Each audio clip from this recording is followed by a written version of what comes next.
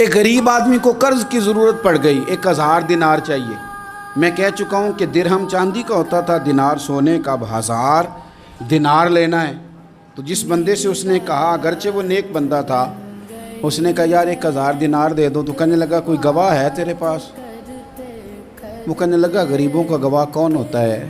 ہاں ایک گواہ ہے۔ کہا کون؟ کہا میرا رب، وہ تیرے اور میرے بیچ گواہ ہے۔ اس نے کہا کوئی کفیل، اگر تو پیسے نہ دے سکے تو وہ بعد میں دے دے، یا تجھے کچھ ہو جائے تو وہ دے دے۔ اس نے کہا کفیل بھی میرا اللہ ہی ہے، میرے پاس اگر ہے تو رب کریم کا نام ہے، اگر اعتماد کر سکتا ہے تو کر لے۔ بندہ نیک تھا، اس نے کہا رب کے نام پہ، رب کی کفالت پہ، اللہ کو گواہ بنا کے میں تیار ہوں تجھے 1000 دینے۔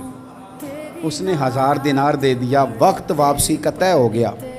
وہ چلا گیا پیسے لے کے۔ اس نے پوری محنت کی کہ میں نے وقت پہ پیسے لوٹانے، پوری محنت بھی کر لی، اللہ نے مدد بھی کر دی، پیسے بھی اس تاریخ کو اسے مل گئے۔ بعض لوگوں کا تو لوٹانے کا دل ہی نہیں نہ ہوتا۔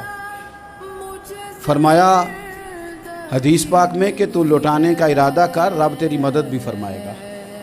لیکن یہاں بہت سارے لوگ کہتے ہیں خیر ہے، ارادہ ہی نہیں، تو پھر جس طرح کا بندے کا گمان ہو رب بھی اسی طرح کا معاملہ فرماتا ہے۔ اس نے پیسے جمع بھی کر لیے اور واپس دینے کو تیار بھی ہو گیا، لیکن رستہ بحری جہاز کا تھا، کشتی کا تھا، دریا کے رستے واپس آنا تھا۔ اب وہ جب آ گیا دریا کے کنارے تو بڑی کوشش کی، پر وہاں اسے کوئی کشتی نہیں ملی۔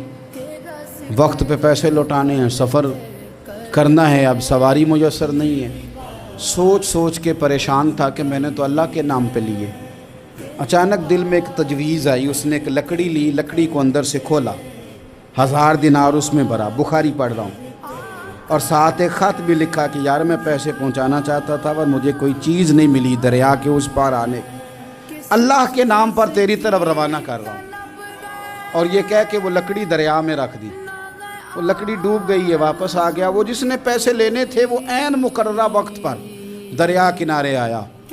صبح سے سر شام تک اس نے انتظار کیا، دل ڈھلنے لگا تو دل میں خیال آ گیا کہ یار نہیں، اس نے دینا ہی نہیں، جھوٹا وعدہ کر گیا، پہنچا ہی نہیں وقت پہ۔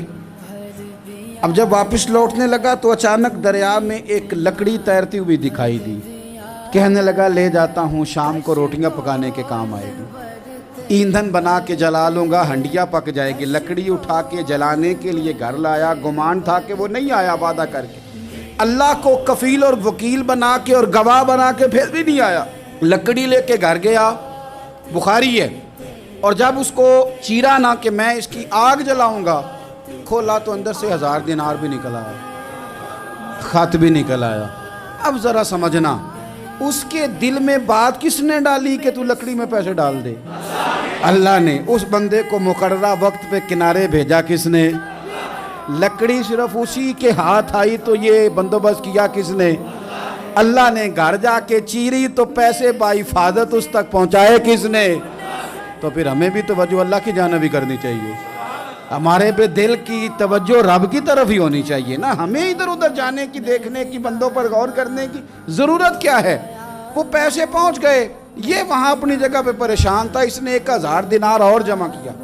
پھر دوبارہ ایک دن دریا کنارے آیا، کشتی مل گئی، بیٹھ کے اپنے اس بھائی کے پاس آیا، کہنے لگا دیکھنا مجھ پر بدگمان نہ ہونا، پیسے اس تاریخ کو بھی جمع کر لیے تھے، دریا پہ آیا تھا پر کشتی نہیں ملی تھی، پھر میں نے نا لکڑی میں ڈال کے خط ڈال کے تیری طرف بھیج بھی دیے تھے، لیکن آج میں پھر لے کے آ گیا ہوں۔ وہ کہنے لگا خوش ہو جا، جس رب کو تو نے میرا اور اپنا گواہ بنایا تھا اس رب نے میرے تک پہنچا بھی دیے ہیں۔